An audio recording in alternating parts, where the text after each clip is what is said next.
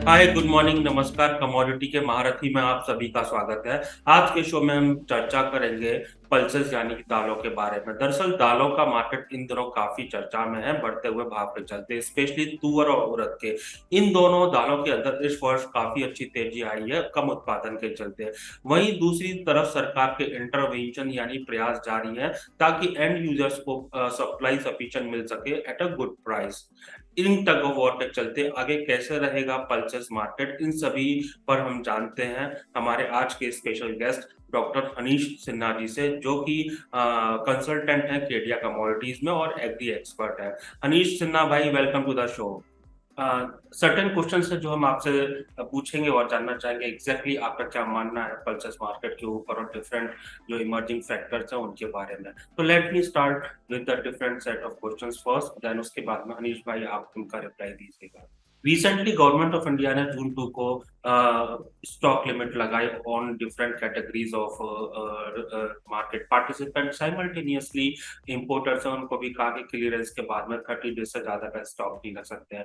इन सब का आप मार्केट में प्राइस पर और सप्लाई पर क्या फर्क देखते हैं, स्पेशली तुअर और उड़द के प्राइस को काम डाउन करने के लिए क्या सफिशिएंट स्टेप रहेंगे। साथ ही recently government of India is also planning की जो प्रोक्योरमेंट लिमिट है तुअर, मूंग और उड़द के ऊपर वो हटा दे, ताकि फार्मर जितना भी चाहे प्रोड्यूस अपना गवर्नमेंट एजेंसीज को दे सके।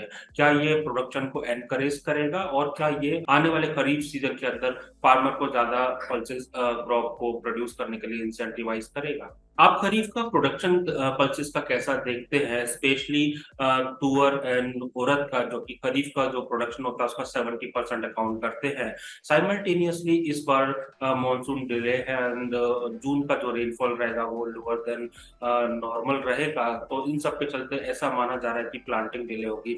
क्या इसका फर्क उत्पादन पर पड़ेगा, आपका कैसा मानना है, इसके बारे में भी बताइएगा साथ में।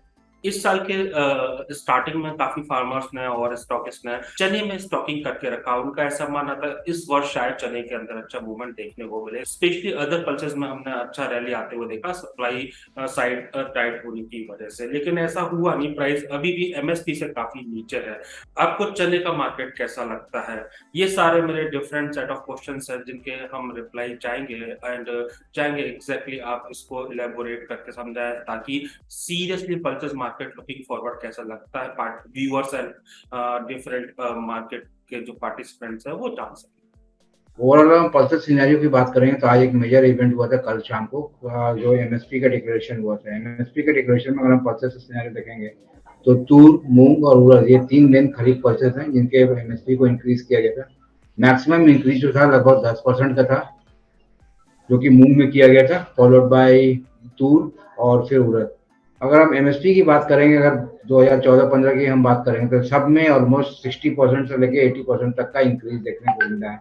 तो ओवरऑल एमएसपी सपोर्ट करने के लिए आ रहा है। लेकिन अगर हम ओवरऑल सेंटिमेंट्स की हम बात करते हैं कि जो रिसेंट जो प्रोडक्शन साइकिल है उसमें कैसे इम्पेक्ट करते हैं और इम्प्रूवमेंट और प्रोडक्शन में कैसे कर सकते हैं, उसमें दो तीन चीजें काफी ध्यान देने वाली बातें हैं। क्योंकि पल्सेज नॉर्मली जो इंडिया में ग्रो होता है वो मार्जिनल एंड सब मार्जिनल लैंड्स में होता है, जहाँ पर कृषि सिंचाई की जो व्यवस्था है बहुत कम होती है। जब इरिगेशन कम होगा तो वहाँ पे आर्टिफिशियल इरिगेशन से ज्यादा रेन पे डिपेंडेंट रहता है, तो मानसून डिपेंडेंसी बहुत ज्यादा बढ़ जाती है इन सारे क्रॉप्स में।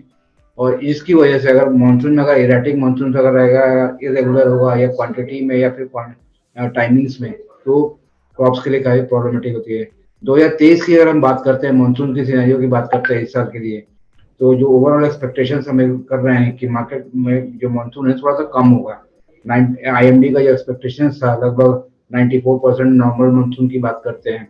अगर हम दूसरे वेबसाइट्स की बात करते हैं, दूसरे और भी वेदर एजेंसीज वगैरह हैं, उन्होंने एलनिनो का प्रोडिक्शन किया कि जुलाई सितंबर के जो फेज है वहां पे आपको एलनिनो का एक असर दिखाई देने को पड़ सकता है, जहाँ से आपका जो मानसून में डिसरप्शन के जो पॉसिबिलिटीज हैं लगभग 60 to 80% के आसपास बढ़ रहा है। तो ये जब 60% है और 80% में जब कन्वर्जन होता है और एक्चुअल में अगर मानसून में डिसरप्शन होती है, ये पल्सेस के लिए काफी ज्यादा घातक हो सकता है। तो डाउन अभी तो जस्ट सोइंग स्टार्ट हुई है और आगे वाले एक दो महीने के अंदर में क्लैरिटी हो जाएगी कि ओवरऑल सिनेरियो कैसे लग रहा है। लेकिन जो एक्सपेक्टेशंस लग रही हैं कि इस बार का जो पल्सेस क्रॉप्स होगा थोड़ा स्ट्रेस में रह सकता है, तो उसकी पॉसिबिलिटी ज्यादा लग रही है। तो अगर हम स्टॉक्स लिमिट्स की हम बात करते हैं, जैसे अभी रिसेंटली 2 जून को जब हम बात कर रहे थे तो गवर्नमेंट ने एक स्टॉक लिमिट लगाया था और होल्डिंग ऑफ तूर, उड़द और अलाउड। उसमें क्या था कि जितने भी ट्रेडर्स थे, जो भी स्टॉकिस्ट वगैरह जो काम करते हैं, उनको खुद के लेवल्स पे अगर बात करते हैं, जो बड़े स्टॉकिस्ट थे उनको 30 डेज से ज्यादा का स्टॉक रखने के लिए अलाउड नहीं था। इसके अलावा डिफरेंट लेवल्स पे, रिटेल लेवल्स पे, होलसेल लेवल्स पे अलग अलग लिमिट्स लगाई गई हैं। तो उसकी जो मेन मकसद था गवर्नमेंट की तरफ से कि मैक्सिमम साइड में वो होर्डिंग को डिस्करेज करें, या फिर जो आर्टिफिशियल शॉर्टेज क्रिएट होती है मार्केट को, उसको डिस्करेज करें। उसका एक इम्पैक्ट भी आया मार्केट में देखने को। अचानक से मार्केट में सप्लाई प्रेशर काफी ज्यादा बढ़ गए, मैक्सिमम पल्सेस में जो थे ओवरऑल डाउनसाइड का मार्केट देखने को मिला। और इसके बाद अगर हम देखते हैं तो प्राइसेस थोड़े से कूल ऑफ हुए थे, बट ये 2-3 जो रेयर साइड के पल्सेस है, रेयर साइड कहने मतलब इनका शेयर, मार्केट शेयर है, कम होता है। जैसे हम तूर की बात करते हैं, लगभग 13% का है टोटल पल्सेस शेयर में। उड़द अगर हम बात करते हैं 12-12.5% के आसपास है। तीसरा परसेंट आपका ये जो मूंग का है, मूंग ऑलमोस्ट 9% के आसपास रहता है। ये छोटे छोटे पल्सेस जो है, लेकिन ये बहुत मेजर पल्सेस हैं इंडियन डायनेमिक्स में और फूडिंग हैबिट के हिसाब से।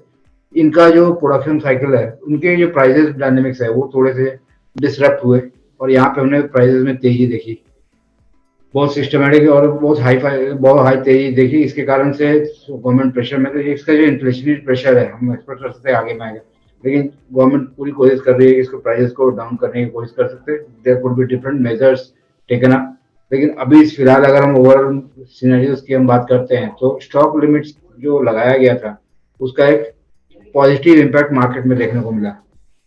तो इसके कारण से प्राइसेस थोड़े से कूलिंग डाउन हुए थे। अगर हम ओवरऑल बात करते हैं कि प्राइस सिनेरियो कैसा रहेगा, तो प्राइस सिनेरियो से जो हमारा एक्सपेक्टेशंस रहेगा कि चने में प्राइस कैसा मूवमेंट रहेगा, तूर में कैसा रहेगा और उड़द में कैसा रहेगा।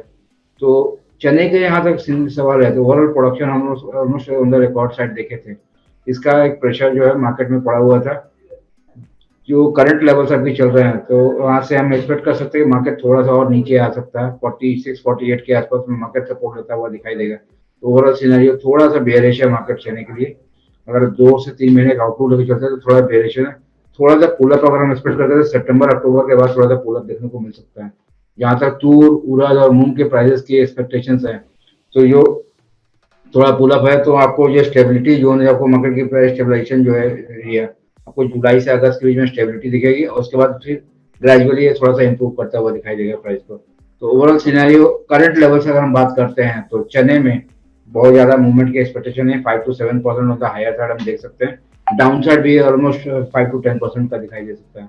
तो करंटली वो मिड लेवल पे पड़ा हुआ है। जहाँ तक उड़द, मूंग और तूर की बात है, वहाँ पे प्राइस हम अच्छा खासा इंप्रूवमेंट देख रहे हैं। मूंग की अगर हम बात करते हैं तो we can expect another 5-10% on the higher side by August. तो वो एक पॉसिबिलिटी बनती है। जहाँ तक तूर की बात है और उड़द की बात है, यहाँ पर भी हम थोड़ा सा तेजी देखने को देख सकते हैं मार्केट में। तो दिस जैसे अगर प्राइस सिनेरियो देखेंगे तो थोड़ा सा पॉजिटिव है सारे पल्सेस के लिए। यहाँ तक प्रोडक्शन साइकिल की बात है, जो खरीफ क्रॉप की हम बात करते हैं, थोड़ा सा स्ट्रेस मिल सकता है क्योंकि मानसून में जो 2023 का जो मानसून है थोड़ा सा इरेटिक बनाया हुआ है। तो ये मेन जो कंक्लूडिंग पॉइंट हमारा रहेगा, जो हमको देखने वाली की फैक्ट रहेगी कि मानसून किस तरह का रहेगा, वो जिस तरह से मानसून बिहेव करेगा। और सबसे इम्पोर्टेंट चीज होता है मानसून बेसिकली 2 फेज में आता है। फर्स्ट फेज मानसून जो ऑनसेट की बात करते हैं तो ऑनसेट थोड़ा सा डिलेड है, 5 to 7 डेज का डिले यहाँ पे देखने को मिल रहा है। इसके बाद नेक्स्ट फेज आता है आपका मानसून गैप के बाद फिर से जब स्टार्ट होता है। नॉर्मल सिनेरियो में 20 से 22 दिन का गैप एक्सपेक्ट किया जाता है मार्केट में, लेकिन इस बार जो एक्सपेक्टेशन है जो 20-22 दिन का है, वो 30 से 40 दिन का गैप हो सकता है। इस केस में काफी क्रूशियल हो जाता है क्रॉप्स के लिए, खास करके पल्सेस क्रॉप्स के लिए जो कि मार्जिनल लैंड्स में ग्रो करते हैं, सब मार्जिनल लैंड्स में ग्रो करते हैं। तो वहां पे हम देख सकते हैं कि अगर कोई अल्टरनेटिव व्यवस्था अगर हम इरिगेशन का कर सके, अगर या गवर्नमेंट के तरफ से उस तरह की फैसिलिटीज अगर डेवलप की जाए, तो वहां पे हम पल्सेस का जो इम्प्रूवमेंट देख सकते हैं प्रोडक्शन साइकिल में। सिर्फ एमएसपी को इंक्रीज करने से या फिर प्रोक्योरमेंट लेवल अगर गवर्नमेंट का बढ़ा देते हैं तो वो एक पॉजिटिव इम्पैक्ट तो थोड़ा बहुत करेगा, बट मोमेंटरी पॉजिटिव इम्पैक्ट रहेगा। जब तक हम ग्राउंड लेवल पे वो थोड़ा सा सपोर्टिव फैक्टर्स को नहीं कर सकते हैं और इरिगेशन लेवल्स को, कंडीशंस को बढ़ाते नहीं है, तब तक मार्केट में बहुत ज्यादा डेवलपमेंट देखने को नहीं मिल सकता है। आज के कमोडिटी के महारथी शो में इतना ही। थैंक यू वेरी मच अनिश सिन्हा भाई पल्सेस के ऊपर डिटेल्ड आउटलुक शेयर करने के लिए। अगले एपिसोड में हम फिर आएंगे किसी हॉट टॉपिक पर किसी बिग एक्सपर्ट के साथ। तब तक के लिए नमस्कार, बाय। इस वीडियो को सिर्फ आपकी जानकारी के लिए बनाया गया है। कृपया स्क्रीन पर उपलब्ध विस्तृत डिस्क्लेमर को जरूर पढ़ें।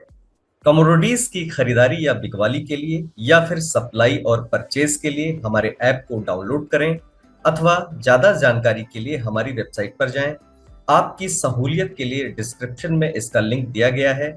आपको हमारा ये वीडियो कैसा लगा और आप किस टॉपिक पर वीडियो देखना चाहते हैं हमें कमेंट करके जरूर बताएं। इसके अलावा अगर आपने अभी तक हमारे चैनल को सब्सक्राइब नहीं किया है तो उसे भी जरूर कर लें। साथ ही बेल आइकन को जरूर प्रेस कर दें ताकि आपको हमारे नए वीडियोस के अलर्ट मिलते रहें।